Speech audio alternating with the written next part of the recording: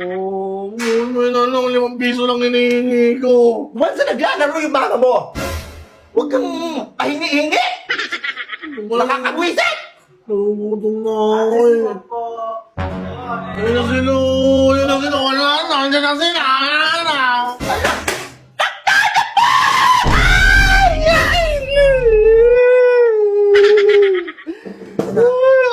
ito na yung kalaro ko.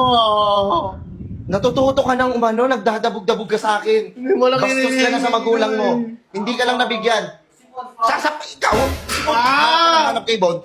Ikaw, ang dami-daming pagkain dito sa bahay. Sige ka, bilisan na bahay! Huwag magkain, wala nga. Kainin mo yung sibuyas dyan! Gawin mong mansalas! Bobo. Nakakabwisit ka. Ang ganda-ganda ng laro ko. Lagi ako ang nananalo.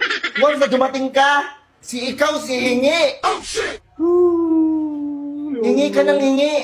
Hindi ko alam kung sinasadya mo ba para mawala ba ako sa kondisyon. Hindi ko magawa yung mga plano ko na itatapon ko na barangan! Kulang ka sa bugbog eh. Nak eh. Gusto mo makarinig ng ganito? Kaya, kaluwi mo na naman ako. Yantok yun, yantok ang ipapalo ko sa'yo na.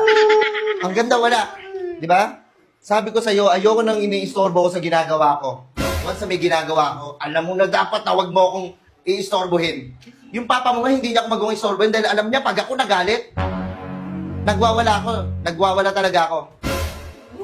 Tapos ikaw, ang lakas ng loob mo. Saan ka humuhugot ng lakas ng loob mo para istorbohin ako sa mga ginagawa ko, ha? Matakot ka. Tumingin na kay Papa. Magsumbong ka sa papa mo. Nakakasal ka pa talaga. Nakakasal ka pa Alam ng papa mo kung sino ang tama sa atin. Kaya hindi ka kakampihan ng ama mo. Baka ipabugbog pa kita dun eh. Bugbugin mo ka to, Dan! Wag. Ako nakakabisit ka, wala na. Nasira na ang momentum ko. Sa susunod, once na maglalaro ako, once na magtutongit ako, please, huwag kang hihingi. Bilis mo lang eh. Hindi ako nananalo. 5 lang. 5 lang.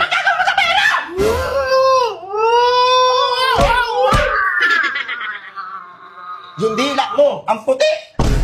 Ang puti. Dumapak ka na doon! Ay, ano? Miss na ako.